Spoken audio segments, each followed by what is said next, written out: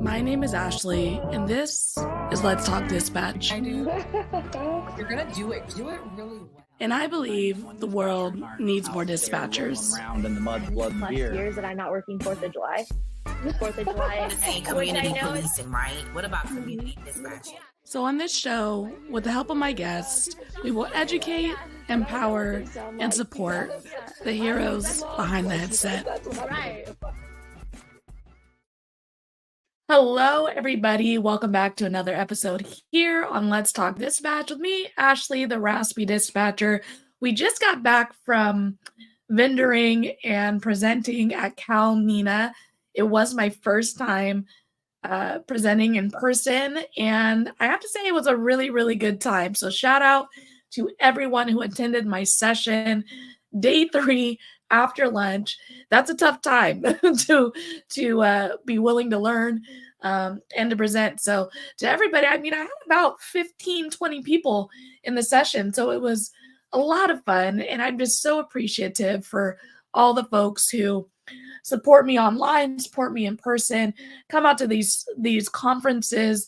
You know, the best thing about these conferences is that the people who are attending them are wanting to learn. They're wanting to bring information back to their centers in order to make them better. So shout out to you if you attended Cal Nina or any conference last year or this year. You're doing great work to make our centers better and improve the atmosphere for all of our coworkers.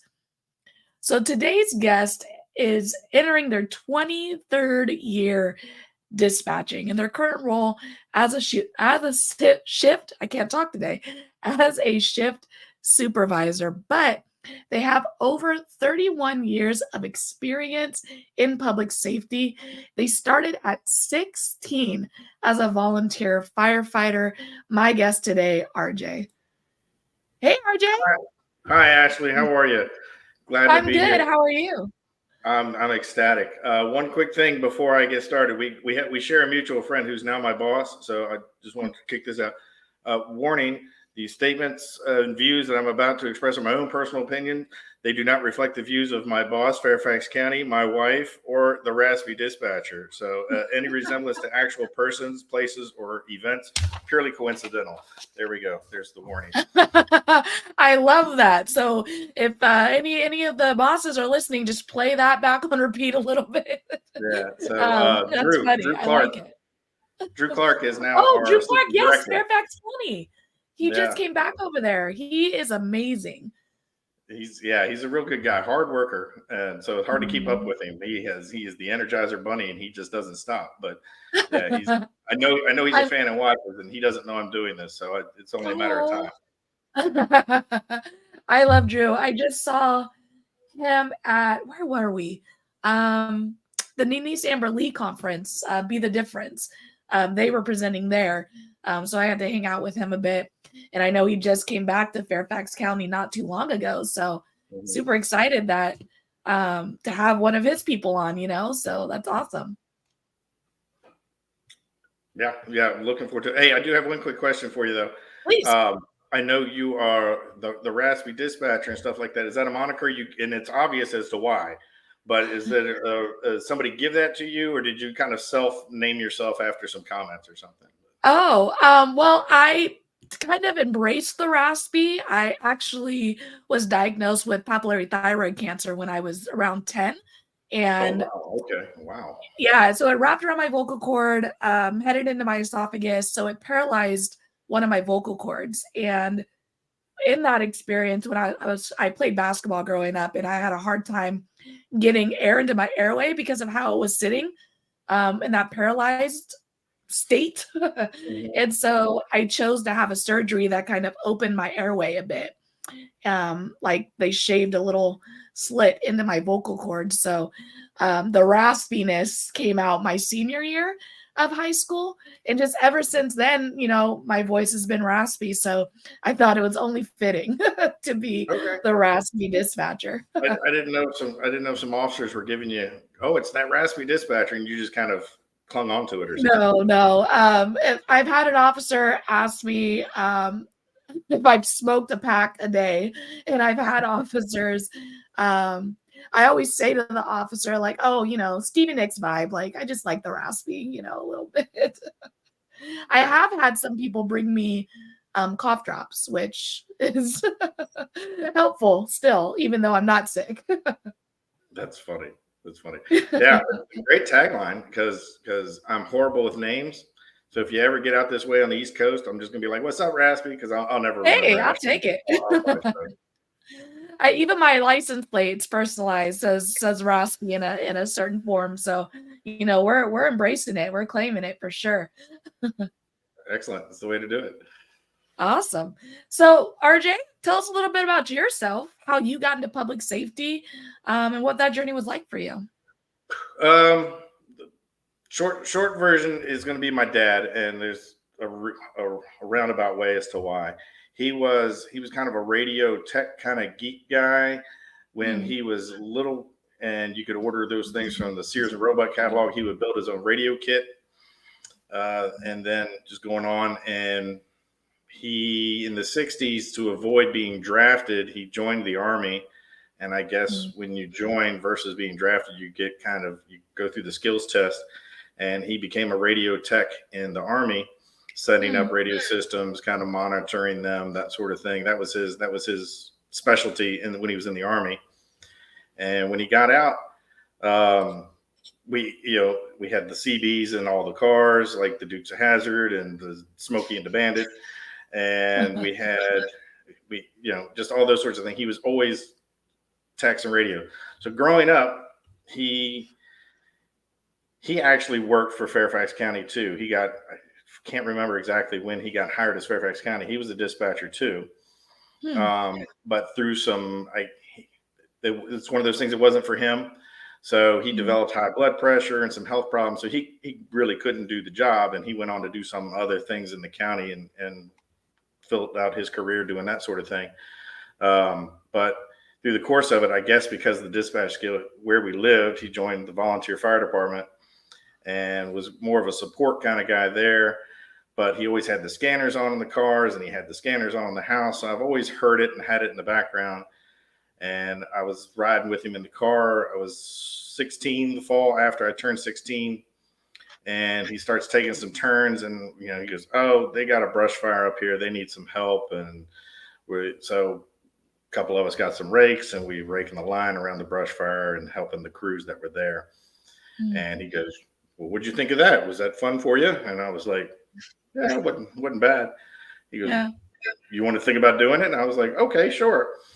And so that's how I kind of got my foot in the door with that, because out where I live, it's very rural, and it's all volunteer community. Even to this day, the county, I don't live there anymore, but where I had volunteered, it's still an all volunteer agency. The county has no stoplights. The county has no 7-Elevens. It's still just a small agricultural community. But that's how I got my start in it. Then through the course, I wasn't very good in school, in high school and stuff like that. I was, a C student in school.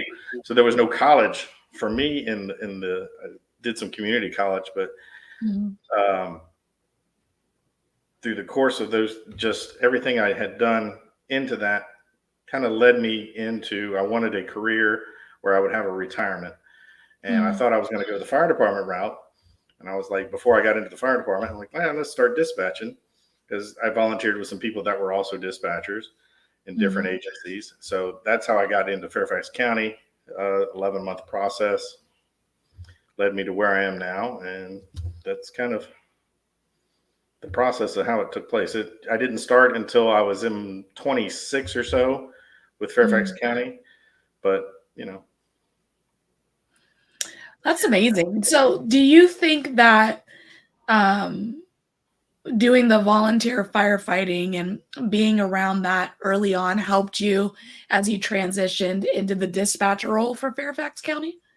yeah, I had a lot of background, especially the fire side. I had to learn the police side, but having the background in the fire side made it a lot easier, because when they're trying to teach you what the different equipment is, I already knew it.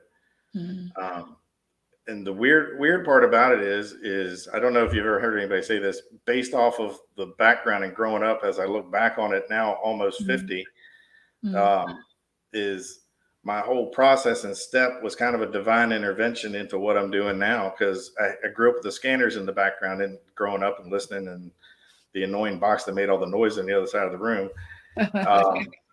I worked nights in a grocery store out of high school, so I learned what it was like to be short staffed. I learned what it was to work nights.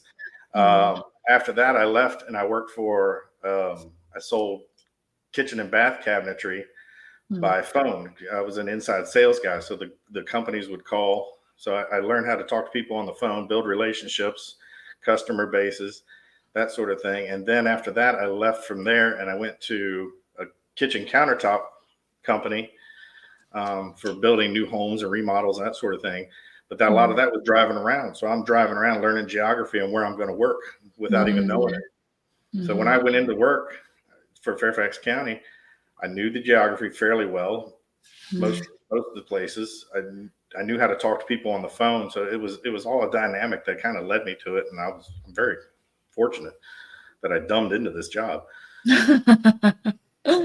So what was it like for you in the beginning? I know having that familiarity with, geography is huge. It's one of the hardest things, I think, to learn about your area that you're working in, no matter where you're working. Geography is, especially if you don't live there, if you don't have any history in that area, it's tough to learn. So other than like already knowing the geography, learning the job itself, what was that like for you in the beginning?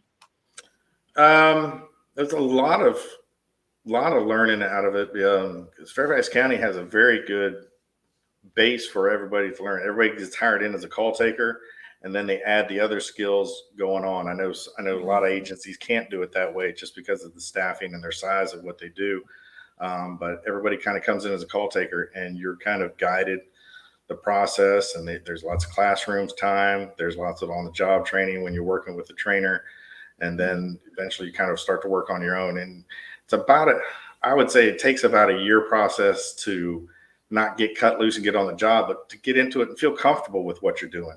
Yeah. It's not a overnight thing. And that's a lot of people get scared about it, but get with the right agency and you'll be developed along to kind of get comfortable. And once you got comfortable with the call taking and your quality assurance made you sound like you knew what you're doing, then they would start working with you to get the next steps, at least for us.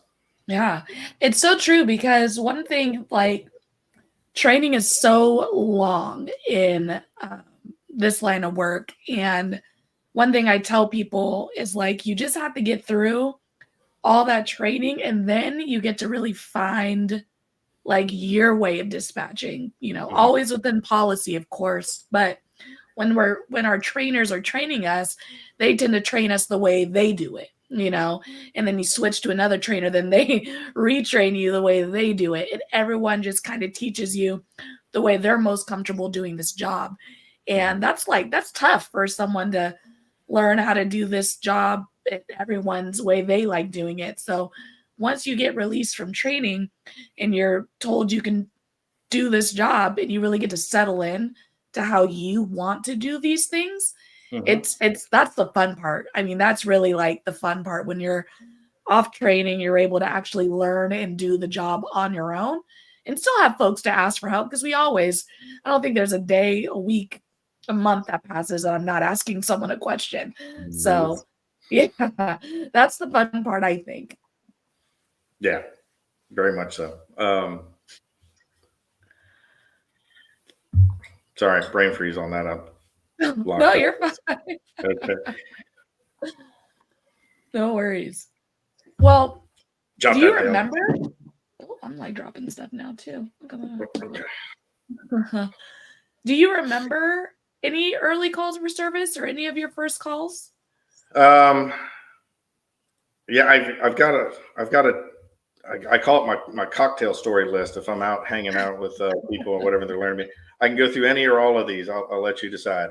When I was in training, was in Fairfax in the DC area during the DC sniper. So I took one of the calls. What was her name? Linda Franklin, the FBI employee that was killed at the Home Depot. If you ever watched the documentary on this DC sniper, I was one of the first. I took the first call on it. It wasn't from her or family. It was from a witness that saw it take Mhm. place and that sort of thing. I was in training. I almost had to testify in court over that one. I came Wow. home from work one day and there was a message from a detective going, "Hey, we've added you to the witness list." And I got really nervous because I'm Yeah, heck barely, yeah. barely out of training and I have to go to court. And then they called me back about a month later and said, "Never mind." So Yeah, I don't like it's know. all on the recording. Why you gotta go in there? You would be surprised how many times we're Mm. subpoenaed to court. It's Yeah, unbelievable. it's crazy. But I mean, like, so DC sniper case, I mean, it's one of those cases that I think most people are familiar with, even if you're not in a true crime vibe, Mhm. person. Like it was just one of those cases that were all over the news. Like even if you were out of the area. And that is just how relevant our job is. And I think, people don't really they think about the event, right? Like the Mhm. thing that's happening. And once it's hitting the news, like we've already been dealing that for X amount of minutes, X amount of hours, So the idea that any call that drops into your ear can just be this massive event at any moment Mhm. is telling, especially for you. You said you were kind of early in your career and you get one of these infamous cases out of that Mhm. area. It's Yeah. how do you compartmentalize that? How do you looking back, like handling a big call like that? What was that like for you? I think I was so early into it and kind of naive to the situation that I didn't really grasp how big of an event that was because we Mm, were in it and around it and the global fishbowl of the event really didn't kind of dawn on me. The mhm, cool part of you talked about how the news picks up on it later and then the public hears about it later. One of the other events, it was another shooting during a day work time several counties away, and it was kind of broadcast over the regional police line. We call it PMARS, Police Mutual Aid Radio System, and it mhm, was mhm, kind of broadcasted over that. And my trainer at the time, after that, was okay. We've got this event. All right, units are starting to set up to work up the roadblocks and stuff like they set up and stuff like that. He goes, okay. He goes, I want you to get up. I want you to go to the bathroom. I want you to grab a snack. And I want you to get something to drink. He goes, because once this hits the news, we're not getting up for hours. And it was mm. just inundated. And I've never seen, it's very few times that I've seen it like that, where the phone lines, you've got everybody working, nobody's getting up, everybody's answering call to call to call, and the calls waiting aren't going away. They are just piling Yeah. on on the No, board. that's a really good point. And to your trainer, applauds to them for like, hey, well, this is because you're gonna remember that forever, right? You now have that in you, like when something's about to pop off. And sometimes you can't prepare. Sometimes it just pops and you're in it.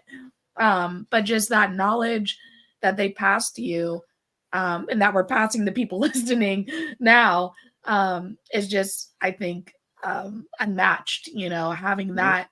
that type of knowledge passed on to you because it's true, especially when you think of like things like school shootings or things where people's family members are gonna want updates and want to know what's happening. And while you're in it, like those people are calling us Mhm. too. So people who aren't involved at all, have no information that is helpful to our units at that moment, are inundating our centers as well. So for Yeah. the citizens who are listening, like we get it. We know if it was our loved ones, we would want to hear from, the police department or the fire department, whatever type of situation. Um, it requires what's going on. But if you don't have any updated information, you are inundating our lines and making it hard for those dispatchers to get to the people who are in it and needing that help. Yeah. Yeah. It's wanting to know, and they desperately need that information too. But Mhm. unfortunately, we're almost the last to get the updates to be able to Yeah. pass it along. So Mhm. uh, Mhm. yeah, that horrible situation. Yeah. I, Well, we you've been at Fairfax County for a long time. Your dad was at Fairfax County. I would say that's a good resume builder for Fairfax County, being a good agency and, yeah. having a good Again, experience. yeah. I like I said, I kind of well, Fairfax County carried the reputation. So when I was coming out and I thought, oh, I'll apply for a firefighter job, whatever. Everybody in the region wanted to be the Fairfax firefighter because they had such an awesome reputation. And I got into it, and through the course of things, and I had applied for a little bit, but then I backed out for some personal reasons, and I just never applied again because by the time I was a couple of years into this, I just said, you know what, I'm not in the heat. I don't have to go out in the rain, and I'm making good money, and I think I'm good where I'm at. So that's kind of how I ended up staying. It just it's a good situation, and I enjoyed being here. My other call. I know you're gonna love this one. I got hit on by a stripper. I'm sorry, you what? I got hit on by a stripper. Okay, how'd that go? He had called because her roommate was having almost the mental emergency kind of thing, and she was looking for the suicide hotline. And I was about a year in or so, and she was just looking for the suicide hotline number just to kind of call to get him some help and finding some place to get him treatment, that sort of thing. And I'm talking to her, and my instance is, okay, I have to send the police. I have to put a call. And she's like, no, I don't want to call in. I just want some information. So, and then he's in the other room and he hears her talking. So he kind of pops his head in the door every so often. And he's like, who you talking to? You talking about me? And blah, blah. She's like, no, I'm just chatting with my friend. And so I'm in the training, and we were always taught don't lie because they'll catch you in the lie. So I just start feeding her information in her ear real quick so she can spit it back to him like she's talking to her friend. No, this is my friend, blah, blah, blah. And he does this and he's doing that. And I'm on the phone. I'm not known for being very long on the phones. Yeah. I kind of, okay, 5 minutes. Tell me what your problem is. 5 minutes. We'll figure it out. I'm on to the next one. I ended up talking to this girl for about 35 minutes or so while the paranoid roommate is trying to figure things out. So I have divulged a lot of information, which I probably shouldn't have to protect myself. And through the course of it, she starts telling me what she does. And she says she's a dancer. And I'm like, oh, Kennedy Center? And she's like, no, Good Guys. And I'm like, oh, okay. And then at the end of it, she's like, come visit me. And I'm like, 26. Okay, dating a stripper would be cool, but I'm also starting this relationship with who will eventually be my wife, and I'm going, probably should. You probably made the right decision. Well, I know I made the right choice, but it's still just in the back of the head going, maybe. I do remember one of my early calls. When I was at my first agency, it was like a verbal argument, and the lady was calling in on the guy, and you can hear the guy in the background yelling at her. And I'm like, well, how do you know this man? Like, what is this? And she was like, I'm gonna tell you the truth. I'm a prostitute and he's not paying. And she's like, I did my job and he's not paying. And I was like, okay, well, they're on the way to assist you with this argument, So we get to talk to a lot of interesting people who are doing, interesting things with their lives, and we get to kind of be the middleman to get them some assistance if they need it. Very much. So. Oh my gosh. Do you have any more stories? One of my favorites, and I saved an elderly couple $14,000. Oh. So I had taken this call, and it was an older guy, and he's talking, and he's like, yeah, we thought we were helping our granddaughter, and we transferred some money, and then we talked to her, and it's a scam. And okay, our process is we have even earlier, before online reporting for citizens was there, our financial crimes has always been online for my career. So you just kind of click on the website, you fill it out, somebody will call you back. It basically cuts out the middleman. Rather than sending an officer out to gather up the information to send it to the detectives, it was just a streamlined process for the financial crime detectives to do it. And the old guy's like, yeah, I'm not very good with computers, so blah blah blah. Can you just send somebody? And I'm like, all right, I'm going to help this old guy out. I'm going to put a call in. I'm going to get flack from the dispatcher I'm sending it to. I'm going to get flack from the officer that's going to have to go. I'm going to get flack from the street supervisor. But just in talking to him, you could really tell he just needed some help. Yeah. So I put the call in, and then I happened to be that dispatcher's meal break. So I get up off the phone and I go sit down at that particular station. Hmm. And I said, "Oh, there's my call still pending." It was only like 5 or 10 minutes old. Hmm. And then that particular officer wanted to go on their meal for that patrol area. And I was like, "Hey, do me a favor, go talk to this old guy real quick, and you'll have your meal." And he's like, "Oh, come on," And it's like, "Trust me, just do it. He's a nice old guy. He just needs help." Yeah. Goes through the process. Half hour, 40 minutes later, I'd forgotten about it because it was just a report. So it's not like he's 10-4, that sort of thing. The officer sends me a message and he goes, "No, I got their money back." And I'm like, "You did?" Because this was back in the days before online transfers. He actually went to a Western Union. Oh. And they gave him the code for the crooks to take it, but they never pulled the money out. So he was able to go down to that Western Union office, the officer was, and put a stop on it. So he got the money back. Oh, that's so good. And then I sent the officer. I was like, "Don't you feel good about yourself?" He goes, "I'm still hungry." They didn't tip me out of that 14,000. That one, I don't know why that just has stuck with me, and Yeah. one of my more prouder things that I was like, okay, you did that. Yeah.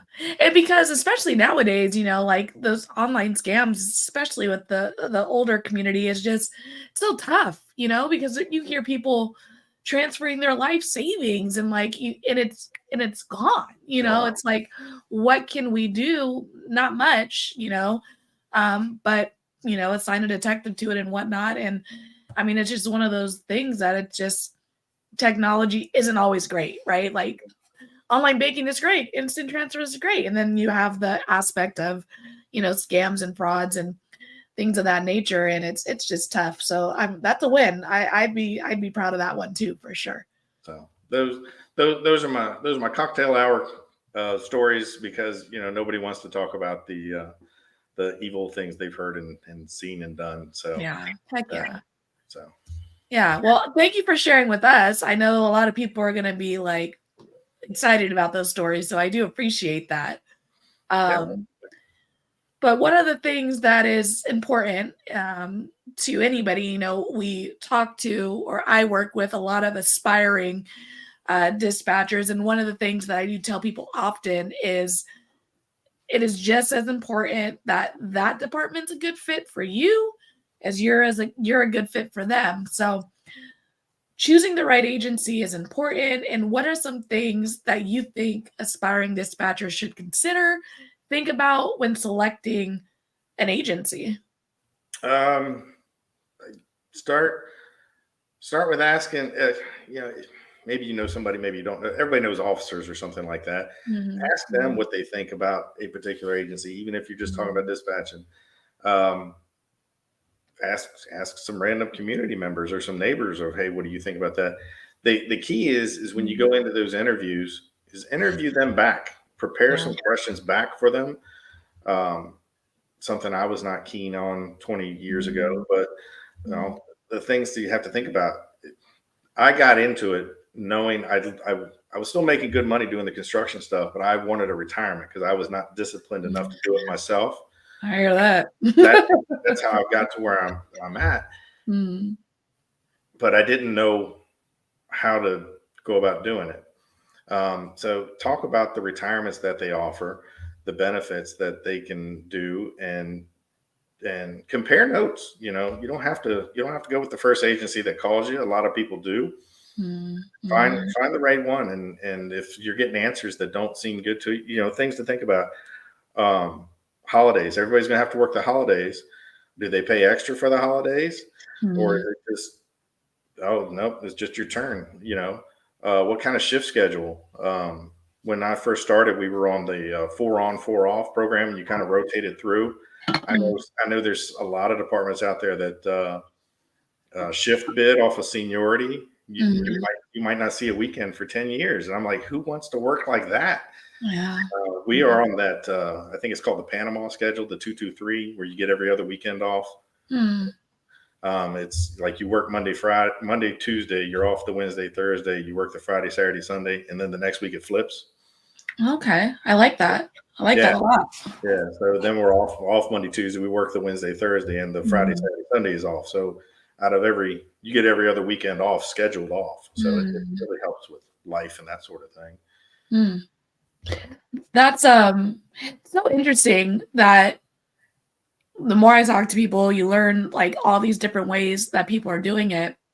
Like I've always been in seniority based, and you're right, like weekends off are few and far between. My first agency, we'd sign up once a year. At my current agency, we sign up every 4 months. So there's a little more wiggle room to get a weekend off because I'm right in the middle seniority wise at this agency. And one of the things that is always a hot topic in centers is seniority. Like I've earned the idea that I've earned this by being here this long, so I get the better schedule. And one of the realities is when we're talking about retention, when we're talking about people being happy with the work they're doing, finding ways to, do this type of scheduling that you guys are doing where everyone is getting a piece of the weekend. Everyone is getting, a good shift off every couple weeks. Like supervisors and, command staff who aren't thinking this way aren't finding ways to make everyone happy sometimes, we're missing an opportunity to let our people, even at the bottom of our seniority list, know, hey, we appreciate the work you're doing. Yeah, it's tricky. Our seniority list is kind of okay. It really doesn't get you much until it comes to the time for the holidays. Um, we can bid out our leave. You can get a certain chunk of leave for the next year. We have the annual calendars leave sign up, but the blackout days are the major holidays, the Christmases, the Thanksgivings, that sort of thing. And those, as you get closer to the holiday, and depending upon who's on what shift, does get bid out on a seniority basis. But that's about it for us for seniority. We run 2 night shifts and 2 day shifts straight. There's no rotating for us or anything like that. Yeah. So you're just kind of whatever your shift you're on, you're just kind of working it throughout the year. So there's no shift bids, there's nothing like that. So some people, poo-poo it because there's not a lot of seniority based things, but ultimately the job's the job, and you get there and all of a sudden, fortunately for me, I haven't worked at Christmas in, well, how old are my kids? My kids are 14. So I haven't worked Christmas in 14 years. I've just been fortunate. So yeah. I'm like usually every other. I'll get like Thanksgiving off one year and then like Christmas Eve off the next, and so it flip flops a lot. Which, I think I'm very unique in my experience in dispatch. Every agency while I'm at it, they've been fully staffed, so I haven't experienced a lot of mandated overtimes, a lot of forced overtimes, a lot of forced ins on holidays that I know is impacting a lot of our centers. But it all comes down to retention. How are we keeping our people happy? What are the things that we're doing in our centers to make people want to stay? Because the job's hard enough, How are we really letting our people know that we care about them and appreciate the work they're doing? And I think finding creative ways with the schedules and things of that nature is really helpful in the long run. Yeah, retention. COVID killed us with retention. It's always been bad, but yeah, we're about it. We're somewhere in the neighborhood of 160 positions, staffing wise. We might be down 60. Yeah, and it's hard to get. We do have a new director and we do have a new assistant director who've come on the last 4 or 5 months, and they're trying to streamline the hiring process and revamp it, see what can be taken out, what can be added in, that sort of thing. So it's going to take some time, but it takes so long to build people up. It's hard to get them in as fast as they're leaving or retiring anymore. So, yeah, it's true. I mean, my session, I talked about it a little bit in the intro, at Calnina. My first session is on the application process and what are some changes that we can make to our standard process that's typical, to make that long process feel good to people who are having to go through it. And, there's some things we can't change. Our city HR departments are going to move at the speed they're going to move at. And all we can really do is harass them a bit, but they're going to move as fast as they're going to move. Backgrounders, how fast they get through that process, how backlogged they are. And usually they're doing the officers as well. They're doing the dispatchers, and I'm sure they're doing the firefighters too. So that backlog process we can't really control, but we could poke them a little bit. So really focusing on the things we can control, because they are and should be, like we said earlier, looking at multiple agencies, right? Like figuring out which agency works for them and asking questions and what makes our agency the one to pick. What are we doing that tells this person we value them? And if we don't have an answer to that question, we're probably failing in the application portion, which leads to failure in our retention. Mm-hmm. Yeah. Far as the workers on the floor, push for things like shift differential and push, see if you can add on. It's hard based upon where your status and that sort of thing based per state. We're fortunate enough that we're in a uniform retirement in Fairfax. Oh, nice. So we get the same retirement the firefighters get, 25 years and you're eligible. Doesn't matter. A lot of places, everything else in Virginia is age plus years of service has to equal a certain number. But I was originally hired by the police department, and there was already turmoil there before I got there. And a couple of years later, we became our own agency out from under the police department, because every time there was a budget crunch, the police department was like, well, we need some money. There's this communications money. Let's take it and move it over here to the SWAT team, that sort of thing. That really turned into be an issue. So So through the course of it, the senior people and the powers that be then got us our own agency, and the fire department, the fire union says, hey, these guys do this kind of work. Let's put them in with our retirement system. So that's about one of the major benefits we have to the other people around us, because everybody else is in the Virginia retirement system, which runs through the state. So that's a +1 for Fairfax, by the way. Heck yeah. That is awesome. One of the things that, I promote with like my reels, my content, whatever, is, our vacancy issues, and our reclassification fight that's going on, across states. And one of the things that people say is like, one person commented, they were like, what'd that get you? But a discount at 7-Eleven. And it's just like, well, no, I mean, it's not the answer, right? It's not the answer to the problem. It's a step.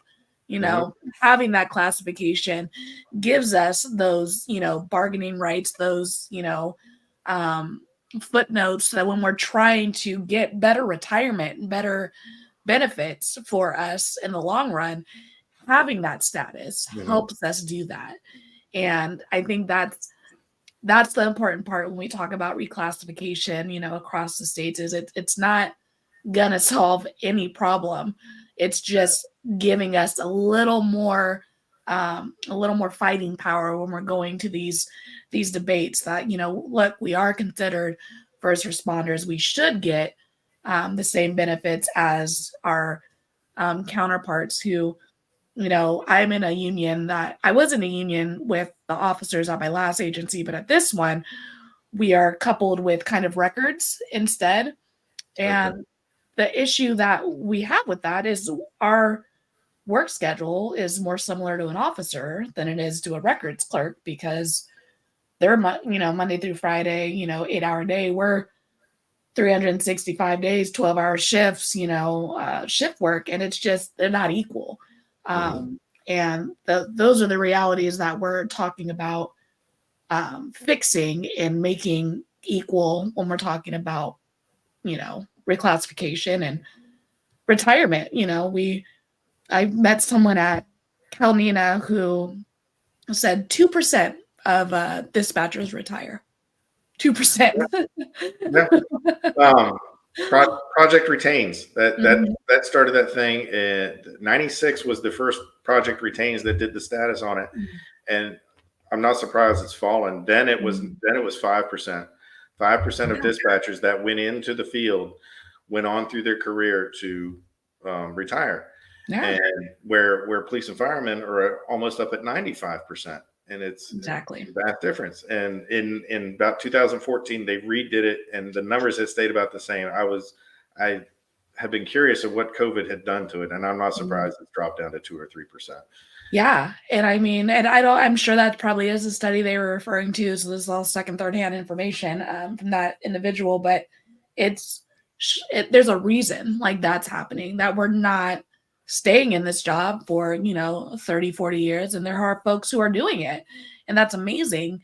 But we got to give people a reason to stay in this tough job.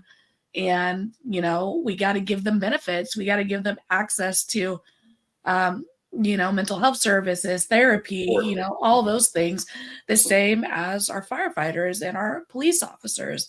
And that shift will help us raise that 2% up to a reasonable number, because that means our retention is higher. People are staying in the job. The whole industry as a whole would balance out a bit if we could make some of these benefits a reality. Oh yeah, you definitely need it. You touched on it, but yeah, the support.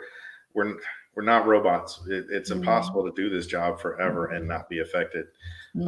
Even the toughest hardcore pain in the butt like myself, starts to just, it wears on you. And my wife says you've gone from a short fuse to almost no fuse anymore, and let's start working on you for a little bit. I'm like, yeah. Speaking of your wife, you met your wife working at Fairfax County. What does that look like, and how do you manage a relationship in the center, let alone the relationship where both of you are doing this tough job?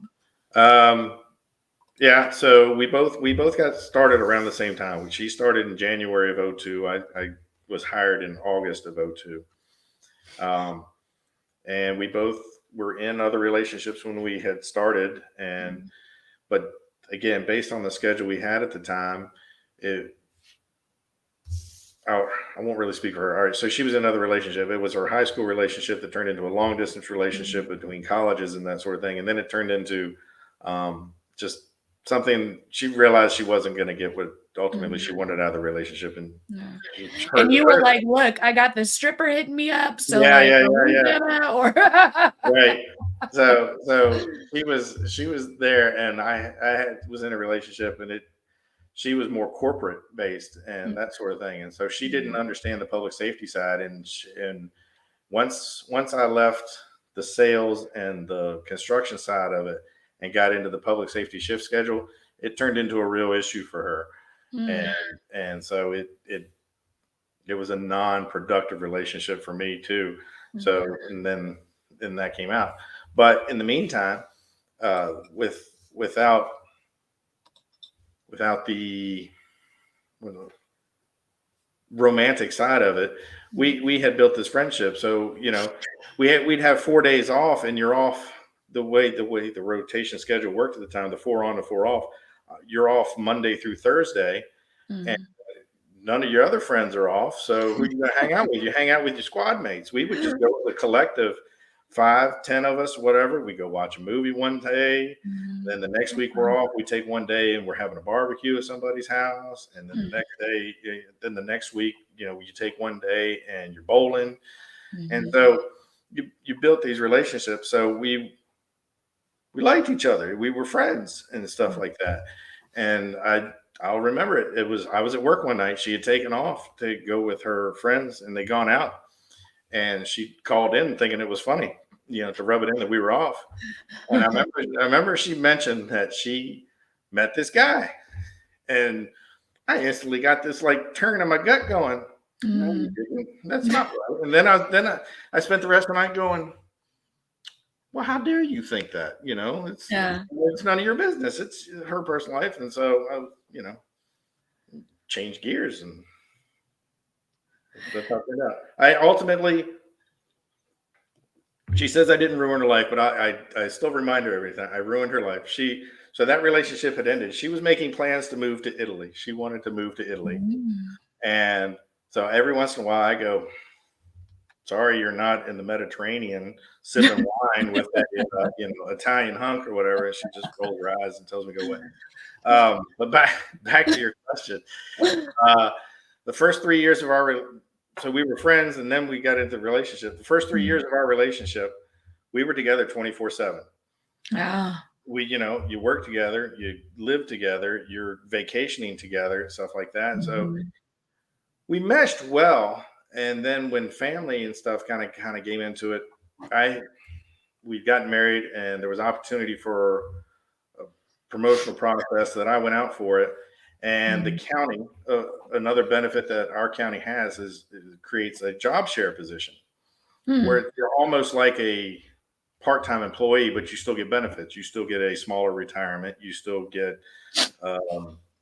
health insurance, that sort of thing. But once we're married, she was under mine anyway. But she's technically a part-time, but she can pick up overtime because there's always overtime. But she was able to stay home and raise our kids for the most part. Yeah. She was some help with some family on some days when they were little and a sitter occasionally, but she would work the day work. I would work the night work. And we just have to cover a couple hours. Our kids are old enough now. They can stay home, that sort of thing. But so that's how we balanced it. So, the commuting time, we're about 51 miles from home to work. So, you have a good hour drive and then a switch time. So it's about 4 hours that we would do that. That's how we've managed. Yeah. It's been a benefit. I don't think I would still be in this job without her.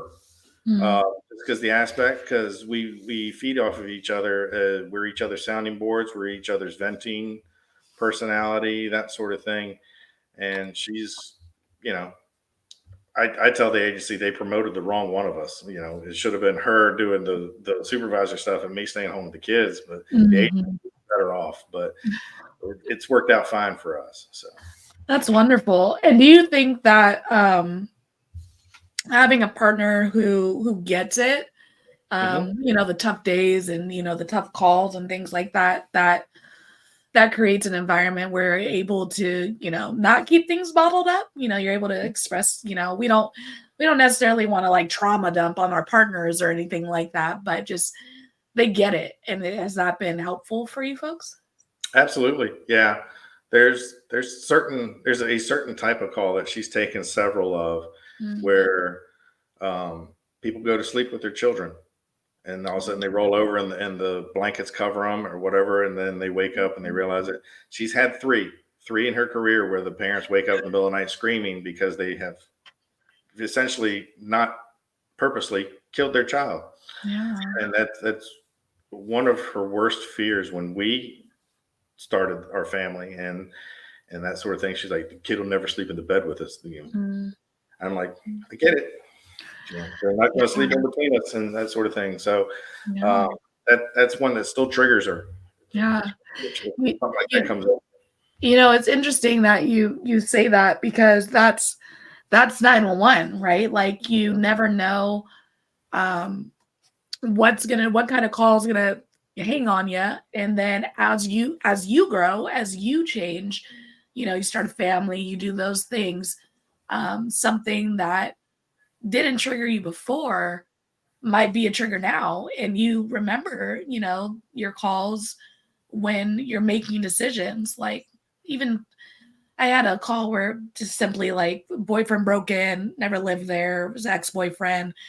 And I like went around my house like extra, like 2 or 3 times that night, locking up my house again, even though like I knew I'd locked up. But like those things, when you play them back and you remember them and you hear them, contribute to the decisions you make in your life, in your parenting and your, security. Well, my partner, like she would always go, we live in an apartment setting, and she would always go like change the laundry or go to the mailbox without the phone. And I'm like, can you please just take your phone? So many things can happen from here to the mailbox, like, Yeah. and that's my junk. That's my reality from my line of work. But it's the same kind of thing with this call that would trigger her, Oh yeah. Yeah. Our kids now, so they'll go to the movies or the skating rink with their friends or something like that. And Christy grills them. She's like, okay, do you know where your exits are? Okay, do you have an escape plan? Do you know where your meeting points are? And they just, okay, we get it. So It's so true. It's so true. You reassure her that it's a reality for all of us. Okay. oh yeah. Well, as we come to a close, as we wrap everything up, the one question that I ask everybody who comes onto the show is, what advice would you give someone who's considering a career as a dispatcher? Do it. It's job security. You don't have to ever worry about layoffs or that sort of thing for the most part. I'm sure some agencies or something like that may happen, but for the most part, everybody's understaffed, so there's always there. Pick the right department that works for you. Be willing to work with them and become an advocate. Just don't sit back and let the others be the voice. Even in the beginning, if there's a lot of introverts in this job, but even if you're not comfortable with speaking up or something like that, listen to other people talk around you and keep those notes of just, okay, this benefited them or planning for their retirement. Okay, let me copy that. Another one, because I'm a supervisor, don't come to your supervisor with a problem that you don't have an answer for. Even if it's the wrong answer, at least you came with a solution. I always helps people be involved in the process, because sometimes we don't have the answers and you come up with a solution. We're like, I like that. Let's try it. Let's run it up the ladder, see what they say. Yeah. I've gotten more involved here in the last 5-6 years with the union and the process. We just became a collective bargaining eligible state. We used to be a right to work state. So it was more, the union was more of a political advocacy group, and you had to build relationships with the politicians and that sort of thing to kind of get to discuss with them and get them to realize why you would need certain benefits. And now it's collective bargaining eligible. But I've gone to conferences and I've gone to state legislatures, and you sit there and you have conversations. They don't know what 911 is. They know what 911 is when they need it and pick it up and make the phone call. They don't actually know what we do. Get involved, talk to them, invite them into your center and have them sit down. We just had a board of supervisors member came and sat with my wife for part of her thing. And the guy was like, he was blown away. He was only there for like 45 minutes. He was like, this is fascinating. Yeah. Heck yeah. So, but ultimately, in the end, be proud of what you do. Get rid of that term, I'm just a dispatcher. Every time I'll throw mouse pads at people if they say it. If I hear them say it over the phone, I throw a mouse pad at them. So, sorry, Drew. He's kidding. Hypothetically, he throws it. He didn't. Get rid of that. You're not just a dispatcher. You are part of the public safety chain. But be proud of what you do. It's not everybody that can do it.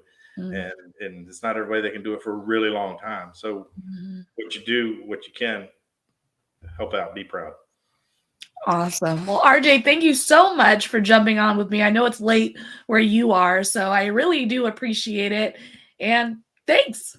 No problem. I appreciate it. And I thank you. I stumbled across your podcast here. And once I heard that your tagline there, the world needs more dispatchers. I'm like, she's on to something. And I binge watched like 5 of them that night. And I just I don't know if I've helped. My goal out of this was to make you not want to run a magnet over the hard drive at the end of the interview. So hopefully I've done that. But you are onto something, and thank you for being this voice and making it better for us. In the long run, you're going to be remembered. So be proud. Thank you so much. I really do appreciate it. And no magnet over the hard drive. This is a wonderful conversation. I really enjoyed it. And I say it all the time, but I love the podcast because I get to, like, before this goes out, I get to absorb it all first. So it's like dibs, which is, it's a lot of fun for me. So I appreciate you for wanting to come on and wanting to share your journey. And I know it's going to help so many people. Appreciate it. Come out to the East Coast sometime. All right. You know what? We're trying to. We're trying to get out there. I promise. We're going to try to get out to North Carolina pretty soon. So maybe we can make a little loop and hit everybody up. So thank you. Again, RJ, thank you so much. And I'll be right back with you. Okay. All right, everybody. That was another amazing episode here at Let's Talk Dispatch. Again, RJ, thank you so much for being willing to come out and chat with me, share your story. And honestly, your advice for aspiring dispatchers is like perfect. Like, be an advocate. And it doesn't mean you have to create a podcast or, a channel or anything like that. It doesn't have to be that extreme. Just be an advocate for yourself, be an advocate for your center, and impact the dispatch community that you're working in every day. And that goes a long way for your coworkers, for yourself, for your career as a dispatcher. And get involved with your reclassification efforts, get involved with these higher ups who are making decisions based on not knowing much about the actual job that we do. All of that advocating goes such a long way, and it's needed. So again, thank you all so much for joining me. If you're interested in coming on the show, head to theraspydispatcher.com, as well as check out our merch. All of our other resources can all be found there. Until next time, stay raspy, everybody. Thank you for listening to Let's Talk Dispatch podcast. Don't forget to hit that subscribe button. You can find us wherever you listen to podcasts, including Apple Podcasts and Spotify. If you're interested in becoming a guest on the show, or maybe even submitting your own story, you can do all that and more at theraspydispatcher.com.